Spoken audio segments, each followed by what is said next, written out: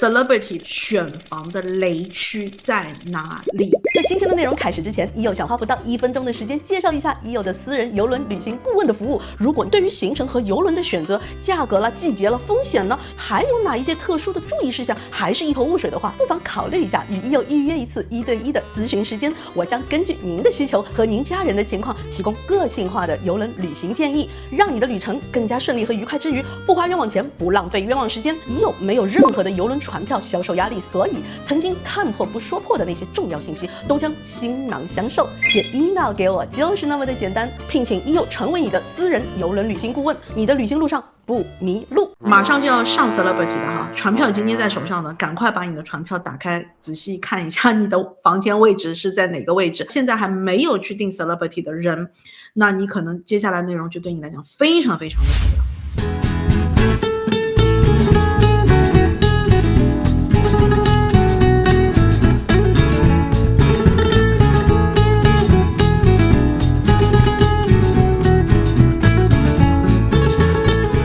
我们从这张图的左上角开始看起，Southstick 的那个 concierge class 的 balcony， 而且是大的 balcony， 有遮阳棚感觉，就挡住了你整个天空的景色，已经是比较高级的阳台房，进入 VIP 等级的那个阳台房。好，那这个房间通常是会在哪里呢？通常是会在12楼的船尾和12楼中庭靠前的地方，不是船头啊，中庭靠前的地方。这个船的设计是它要把那个上面的那个甲板的那一块地方更扩充开之后，它就变成了一个遮阳板形状的东西。不单遮阳板，它还要让它支撑住哈，所以它造了很多很多的柱子哈。你很有可能比如说去阿拉斯加，把钱都花在订这个阳台房这件事情上，因为我们要去的这一趟行程是以看风景为主的，那这个阳台势必就对你来讲很重要。那你看前方看冰川没问题，但是上面有小鸟飞过的时候你就看不见了。来了啊，我们现在看一下我们的右手边这个大黄框框，橘黄色的这个就是那个 Magic Cabin。那当然它只是目前为止这个 Celebrity 的 H Class 才会有的设计。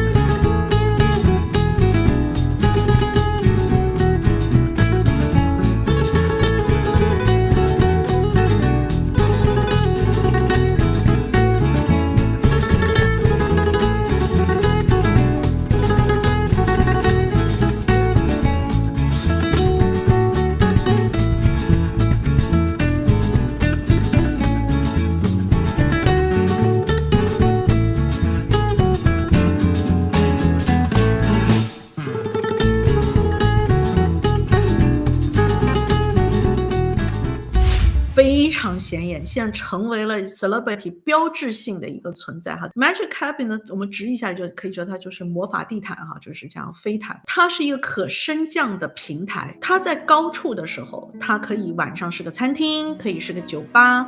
可以是大家看风景的地方。今天停靠的港口是需要搭接驳艇啊 ，tender 去泊上岸的时候，它会降到最下面，跟海平面差不多。然后大家是可以踏上这个 Magic Cabin， 然后踏上救生艇，非常非常棒的设计。你泊小艇的时候就会觉得没有那么危险，你会觉得更 relax 一点。然后你从小艇上下来的时候，你还会有一个缓冲的空间在那个地方，而且非常 modern。但是住在这一个我现在黄框框划出来的这个区域的居民们就有点不太高兴了，而且看到我的标题没有？专门设计让有钱人踩坑的房间，整个 H Class 绝大部分的阳台房都是那个无边际阳台房，就那个 Infinity Balcony， 有真正的 balcony， 就是有门出去是一个空间的这个真正正常的 balcony 的房间，有很多的一部分都是套房了。那这一坨几乎都是套房级别的房间。Suite OK， 刚刚我们讲过了嘛，人家的 VIP Suite 16楼只有他们可以去，对不对？这一坨每一天都有可能会在你面前升降，它无论升降到哪一层，它都是一个遮阳板。我们可以看一下就是底下的这一张图哈，叫做 Magic Cabin Suite， 房型本身就是这么一个名称，就怕你不知道那个 Magic Carpet 是会从你面前过。阳台的确是蛮大，还有一个侧窗，但是它这个阳台是，我都有点觉得它不太像游轮上的阳台。那如何去避开呢？也有可能你是很 enjoy 这个过程，对吧？你觉得这个很新鲜、很新奇啊，别的船没有啊，别的款式的船没有。那如果你是觉得这是一个问题，又认识很多搭玩的人，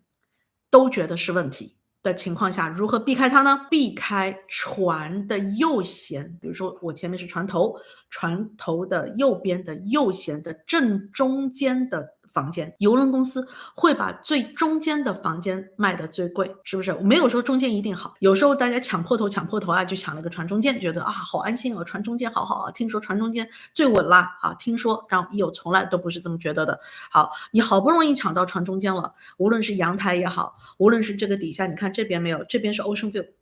好吧，你哪怕并没有拿到 exactly 中间的位置，你可能是拿到这边的 Infinity Balcony 啊，这边的 Infinity Balcony，一个上面又有遮阳板了，一个是 Magic Carpet 还在你面前过。好，那如何避开它呢？就是如果你是必然一定只能在右舷去选房间的话，那从最中间的房间前后的10间房，我觉得你就避开它吧，前后10间房的距离，数格子嘛，1、2、3、4、5、6、7、8、9、10，好吧？刚刚上面那个遮阳板设计，无论是在12楼也好，在11楼也是有一部分的，而且它也非常靠近船中间。Celebrity 这么聪明的一家，这么精致的一家邮轮公司，它要设计的房间居然有这样子的一些可能会让花了很多钱的人成为了一个高昂的一个试错成本。那至少说看了EO今天在这个环节的部分的观众，我相信你应该在选房间的时候，可能心里面就会有一个数。那如果你是刚巧要去拿这一类房间 guarantee 房间的话，你很有可能最后会被分配在我说的这10间里面。因为只要做一点功课的人哈，特别是一些搭邮轮很老道经验的，因为讲句真心话，搭 celebrity 的也不太多，第一次搭船的人，他们很有可能在挑选房间的时候就会故意避开那一些部位，那避开的那些部位没人要的情况下，通常都会 assign 给 guarantee 的乘客，自己不选房间，你留给邮轮公司帮你选房间的乘客，好不好？好，也是在你购买的过程当中，你自己去掂量着办。好吗？也要看价钱，掂量着办。但是真正会去买套房的人，会去买一些很贵的 class 的房间的人，如果拿到这一类的房间的话，我觉得这个试错成本就有点太高了，好吗？所以在这里来提醒一下大家哈，希望大家都好运气啊，挑到或者是被分配到合心意的房间哈，避开这些部分。